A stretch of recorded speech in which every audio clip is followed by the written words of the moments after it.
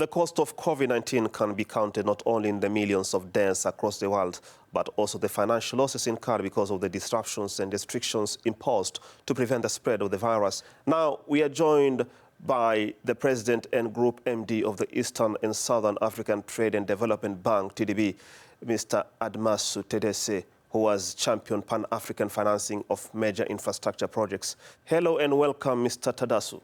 Thank you for having me. Good to be here.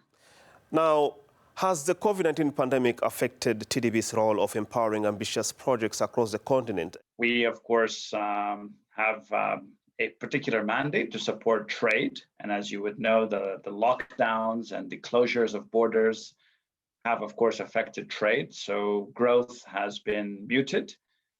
We've not seen the same level of demand coming through for our trade finance services as we have in the past. We do a fair amount of infrastructure financing and project finance as well. We've attracted in the various countries that we work in where we don't have specific presence, and then of course going digital as far as we could.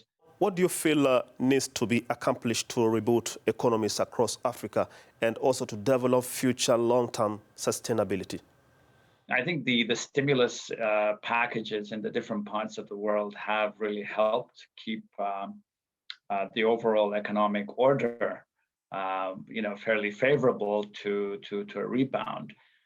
But of course, we know that our part of Africa has not had anywhere close to the kind of stimulus packages that the G7 countries have enjoyed.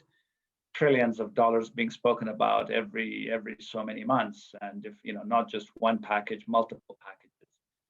And so I think in the end, our sovereigns in the continent, in the African space, have been very constrained with borrowing, of course, not being able to mount the type of stimulus packages that most other economies with capacity have been able to do. And in this regard, there's been very good support, but not enough.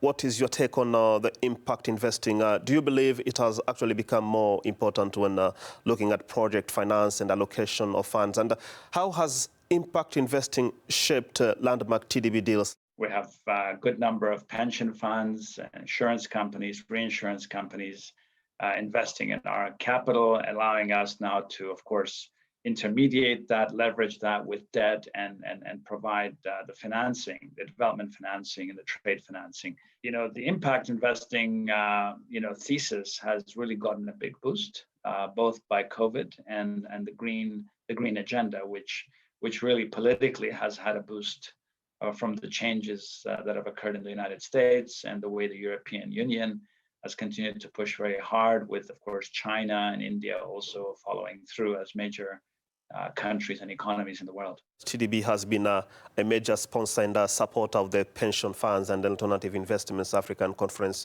since its inception. Why do you view Africa as a relevant industry platform for sharing ideas and also discussing these challenges? The conference really has, over the years, managed to bring the stakeholders together and ensure that there's smart conversations happening and there's connectivity with stakeholders, there's confidence building, and there's a lot of information sharing, broadly speaking. So yeah, we've been participating regularly over the years. We've always found it to be a very useful platform, very good participation, attendance. That was the President and Group MD of the Eastern and Southern African Trade and Development Bank, TDB, Mr. Admasu Tedese.